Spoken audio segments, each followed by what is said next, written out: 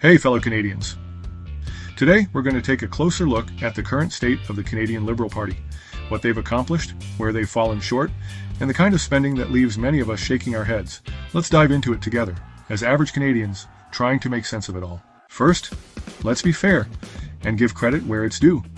The Liberals have rolled out initiatives like $10 a day daycare and a national dental care plan. Both programs aim to make life more affordable for families and improve access to healthcare. The big question, though, is whether these programs are fully implemented and working as intended. As of now, the $10 a day daycare is still being rolled out, with some provinces making progress faster than others. Many parents are still waiting to see the benefits. Dental care has started covering some lower-income Canadians, but it's far from universal, and there are concerns about how smoothly it will run as it expands. These are steps in the right direction, but implementation and real-world impact are what matter most. Let us know in the comments if you've experienced any of these programs firsthand. Are they making a difference for your family? One of the long-standing promises from the Liberal government has been to end boil water advisories in Indigenous communities. While progress has been made, there are still 28 long-term advisories in effect as of early 2025. This is better than where we started, but for communities still waiting, it's not enough. The Liberals deserve some recognition for progress, but promises need to be fully kept. Clean drinking water shouldn't be a luxury in Canada. Please like and subscribe and hit that notification bell. Now let's talk about money. It's no secret that government spending has ballooned under the Liberals. Reports suggest that the current administration has increased staff numbers more than any other party in recent history.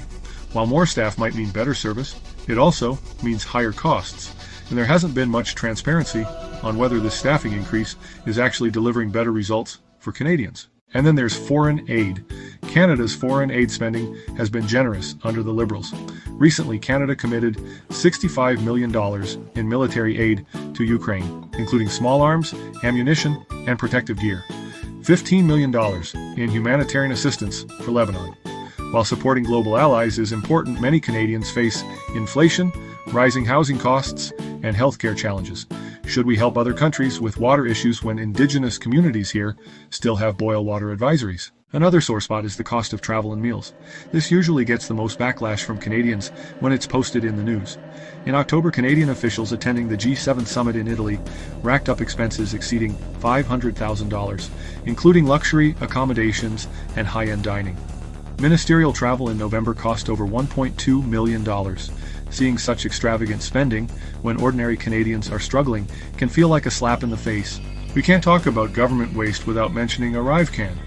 Originally introduced as a digital tool to track border entry during the pandemic, the app's development costs soared to $54 million, far beyond what many experts estimated it should have cost. Despite this massive investment, reports have shown serious functionality issues and limited long-term value, leading many Canadians to wonder, where exactly did all that money go? Now, one of the more peculiar spending habits involves art purchases. The government buys art and then rents it to MPs, who charge the rental as an expense. Essentially, taxpayers are paying for the same art twice. Yes, they buy the art, store it, probably at an expense, and then rent it to MPs at the taxpayer's expense. This one really doesn't make any sense at all. First off, why can't MPs use their own money to decorate their offices like the rest of us? It's these little things that add up and make us question how seriously they take fiscal responsibility. Finally, let's discuss consultants. The Trudeau government has relied heavily on expensive external consulting firms, including McKinsey & Company, with contracts totaling hundreds of millions of dollars. Critics point out that these fees have skyrocketed compared to past governments, raising serious concerns about why in-house government experts aren't being used more effectively. The heavy dependence on consultants not only drains public funds, but also reduces accountability. When all these spending issues come up in the media, the response from some politicians often feels dismissive or entitled. It's as if they believe they're above scrutiny, while the rest of us are working harder just to keep up with rising costs. This disconnect between our leaders and everyday Canadians fuels frustration and erodes trust. Shouldn't politicians lead by example and tighten their belts just like the rest of us? Canadians will make their voices heard during the next election. Let us know your thoughts in the comments. Thanks for watching, and stay tuned for more real talk about the issues that matter to us.